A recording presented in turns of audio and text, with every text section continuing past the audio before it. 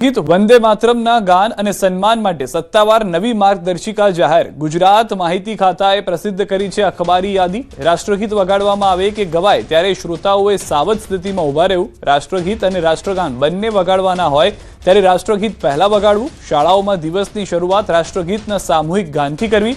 फिल्मना भागरूपे राष्ट्रगीत वागतुं होय तो प्रेक्षकोए ऊभा थवानी जरूर नथी। नागरिक सन्मान समारोह अने परेडमां ध्वज लावती वखते गीत वगाड़ी शकाशे। राष्ट्रपति के राज्यपालना सत्तावार आगमन अने विदाय समये राष्ट्रगीत वगाड़ाशे। आकाशवाणी अने दूरदर्शन पर राष्ट्रपतिना संबोधन पहला अने पछी गीत वगाड़ाशे। राष्ट्रगीत वगाड़वानो सत्तावार समय आशरे 3 मिनिट 10 सेकंड रहेशे। हेरोइन हथियार तस्करी केस में धरपकड़। गुजरात ईटीएसे पंजाबना गुनामां फरार आरोपी दबोच्यो छे। अमृतसरना राजा सांची पोलीस स्टेशनना गुनामां आरोपी हतो वोंटेड। अगाऊ 2 आरोपीओ पासेथी मोटी मात्रामां हेरोइन मळ्युं हतुं। तपासमां 4 हेन्ड ग्रेनेड पिस्टल पण मळी आवी छे। मुख्य आरोपी रहमत अली शेख पंजाबथी नेपाळ भागी गयो।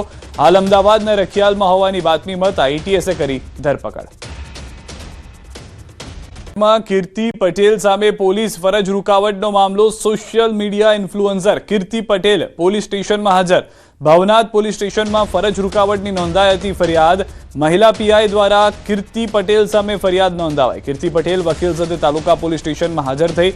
मृगीकुंड में स्नान बाद महिला पीआई साथे गैरवर्तननो आरोप। तालुका पोलीसे कीर्ति पटेलनुं निवेदन लेवानुं शरू कर्युं छे। पोलीस फरज रुकावट भवनाथ पोलीस स्टेशन में नोंधाई हती फरियाद। कामदारों होबाळो। डीसीपी शेफाली बरणवालने हाथमां पत्थर वाग्यो छे। पीआई वीएल परमारना हाथमां टीयर गैसनो सेल फूट्यो छे। टीयर गैसना सेलथी कोन्स्टेबल विजयने पण ईजा थई छे।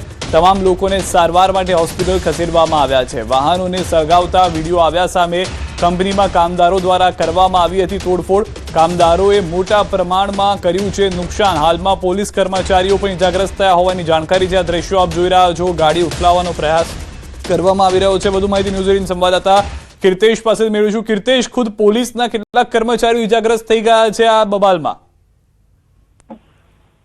બિલકુલ સીધા જે પ્રકારે સુરતના હજીરા વિસ્તારમાં આવેલી MLS કંપની છે કે ત્યાં આગળ નવી કન્સ્ટ્રક્શન સાઇટ છે ને આ સાઇટનો કોન્ટ્રાક્ટ આપવામાં આવ્યો છે એલએનટી કંપનીને। અને જે પ્રકારે કહી શકાય કે વિડીયો વાયરલ થયો, વિડીયોના આધારે કારીગરો ભેગા થઈ હંગામો મચાવ્યો હતો। જોતજોતામાં મામલો ઉગ્ર બન્યો હતો અને કારીગરો દ્વારા પથ્થરમારો કરવામાં આવતા ખાસ કરીને વિસ્તારના હજીરા પોલીસ સ્ટેશનના પીઆઈ પરમાર, ડીસીપી શેફાલી બરણવાલ અને વિજય નામના એક વ્યક્તિ 3 લોકોને ઈજા થઈ છે।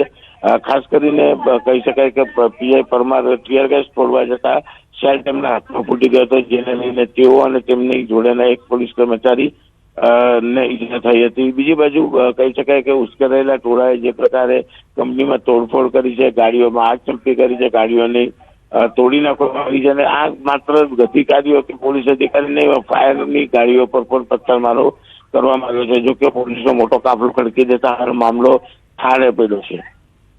આભાર કીર્તિ સમગ્ર માહિતી બદલ। તો હાલના દ્રશ્યો જોઈ રહ્યા છો તે પ્રમાણે જે પરિસ્થિતિ છે તે કાબૂમાં લેવાના પ્રયાસ કરવામાં આવ્યા। પોલીસના કર્મચારીઓ તેમાં ઈજાગ્રસ્ત થયા।